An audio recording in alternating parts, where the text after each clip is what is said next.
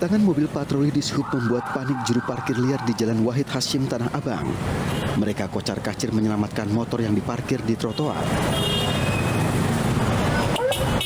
Motor yang ditinggal para jukir ilegal diangkut petugas. Razia dilakukan karena parkir di jalan dan trotoar kembali marak setelah level PPKM diturunkan. Selain melanggar perda ketertiban umum, keberadaan parkir liar juga menjadi penyebab utama kemacetan di sekitar Pasar Tanah Abang. Tidak hanya di jalan, parkir juga memadati jalan menuju permukiman warga. Akibatnya warga pun kesulitan untuk keluar masuk gang. Berdasarkan dari aduan masyarakat terkait keluhan, jadi kami tindak lanjuti. Jadi kami memang koordinasi dengan Lintas Jaya dari Polantas maupun dari pihak kelurahan bahwa aduan parkir liar ini sangat mengganggu bagi pengguna ataupun dari warga sekitarnya. Lebih dari 20 kendaraan roda 2 dibawa ke kantor Sudin Perhubungan. Pemilik motor harus membayar denda untuk mengambil kendaraannya. Warga Jakarta menyerbu lokasi uji emisi gratis di beberapa titik. Hal ini terkait sanksi tilang yang akan diberlakukan jika kendaraan tidak lulus uji emisi.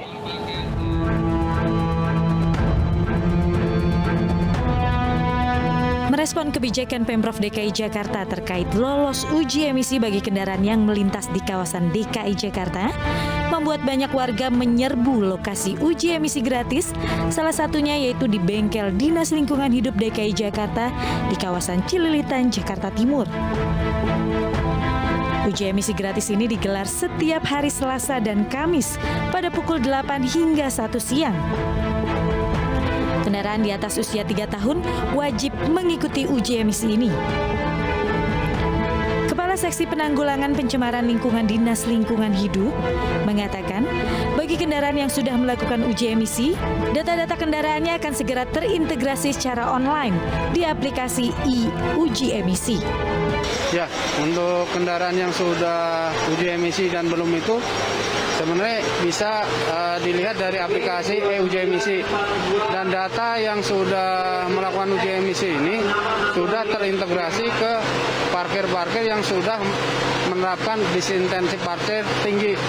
Jadi kalau sudah lulus uji emisi, masuk gerbang pelataran parkir, statusnya langsung lulus uji emisi. Nah, setelah nanti keluar dari pelataran parkir, tarif untuk pembayaran parkir ini pakai tarif normal. Selain di Dinas Lingkungan Hidup DKI, uji emisi gratis juga dilaksanakan di kawasan Irti Monas, Jakarta. Pengendara menyambut baik adanya uji emisi gratis ini. Persyaratan untuk mengikuti uji emisi gratis ini cukup mudah. Pengendara hanya diminta membawa kendaraan dan STNK yang masih berlaku. Bagus ya untuk diadakan uji emisi kalau memang merata ya untuk seluruh DKI. Kemungkinan otomatis bisa mengurangi polusi udara yang berada di DKI Jakarta. Namun kebijakan terkait pemberian sanksi bagi kendaraan yang tidak lolos uji emisi yang akan berlaku pada 13 November mendatang, nyatanya kini masih dipertimbangkan pemberlakuannya oleh pihak kepolisian. Hutan menjadi salah satu tumpuan dunia dalam mengerem laju perubahan iklim. Di sisi lain, Menteri LHK menyatakan deforestasi tak bisa dihindari untuk kebutuhan pembangunan.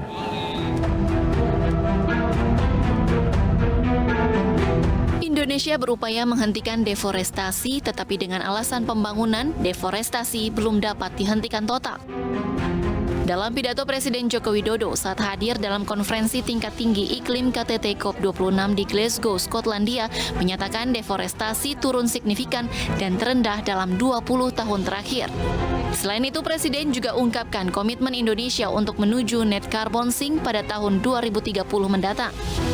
Pada KTT kemarin, saya menyampaikan bahwa sektor kehutanan dan lahan di Indonesia akan mencapai net carbon sink pada tahun 2030. Ini adalah komitmen Indonesia untuk menjadi bagian dari solusi. Dan capaian nyata Indonesia di sektor kehutanan tidak terbantahkan. Pada tahun 2020, tingkat kebakaran hutan di Indonesia diminimalisir hingga 82%. Pada tahun 2019, penurunan emisi dari hutan dan tata guna lahan juga ditekan hingga 40,9% jika dibandingkan tahun 2015. Deforestasi hutan di Indonesia juga mencapai tingkat terendah dalam 20 tahun terakhir. Indonesia bersama lebih dari 100 negara lain bergantung pada deklarasi Glasgow yang berkomitmen untuk menghentikan kehilangan hutan dan lahan pada 2030. Alih-alih mendukung komitmen Presiden menjaga lingkungan hidup untuk generasi mendatang, Menteri Lingkungan Hidup dan Kehutanan Siti Nurbaya Bakar justru menyatakan hal sebaliknya. Dalam cuitannya di media sosial, Siti menyatakan pembangunan besar-besaran era Presiden Jokowi tidak boleh berhenti atas nama emisi karbon atau atas nama deforestasi. Memaksa Indonesia untuk zero deforestation di 2030 jelas tidak tepat dan tidak adil. Karena setiap negara memiliki masalah-masalah kunci sendiri dan dinaungi UUD untuk melindungi rakyatnya. Pidato Joko Widodo soal iklim di COP26 juga mendapat kritik dari Greenpeace Indonesia. Kepala Greenpeace Indonesia menyatakan kebakaran hutan yang disebut turun 82% pada 2020 bukan sepenuhnya upaya pemerintah, melainkan adanya fenomena La Nina.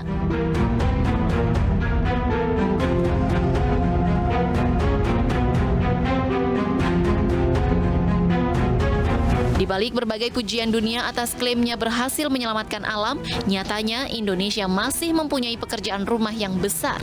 Banyaknya bencana alam yang terjadi pada beberapa bulan terakhir seharusnya menjadi perhatian serius pemerintah. Kekayaan alam yang dimiliki Indonesia mengandung dua mata pisau. Jika Indonesia memanfaatkannya dengan bijak, maka akan menjadi sebuah keuntungan. Namun sebaliknya akan menjadi bencana jika pemanfaatannya dilakukan dengan semena-mena. Penyanyi senior Iwan Fals datang ke Polda Metro Jaya. Untuk apa? Tunggu di Ainus Prime.